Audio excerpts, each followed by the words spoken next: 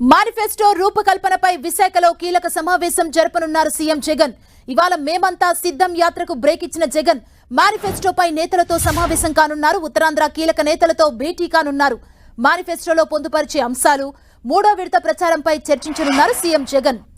ఇవాళ మేనిఫెస్టోను ఫైనల్ చేసి ఈ నెల 27న లేదా 28న విడుదల చేసే అవకాశం ఉంది. ఉత్తరాంధ్రను ప్రత్యేకంగా దృష్టిలో పెట్టుకొని హామీలను రూపొందిస్తున్నట్లు సమాచారం. అన్ని వర్గాలకు లబ్ధి కలిగేలా మేనిఫెస్టోను సిద్ధించనున్నారు. ఈ నెల 25న సీఎం జగన్ నామినేషన్ దాఖలు చేస్తారు. ఆ తర్వాతే మేనిఫెస్టో విడుదలకు సన్నాహాలు చేస్తున్నారు. గత ఎన్నికల్లో నవరత్నాల హామీతో సీఎం జగన్ సత్తా చాటారు.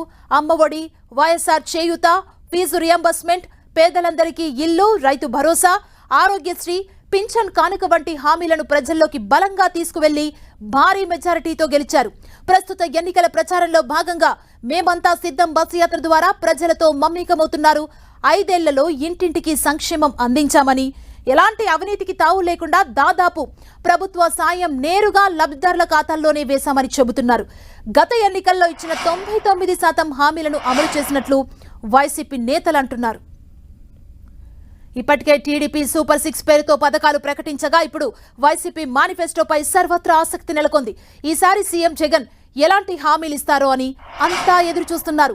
పార్టీల మేనిఫెస్టోలపై అటు రాజకీయంగా, ఇటు బహిరంగంగా చర్చ సాగుతోంది. మరోవైపు మేనిఫెస్టోతో పాటు మూడో విడత ప్రచారంపై కూడా ఇవాళ సీఎం జగన్ చర్చించనున్నారు.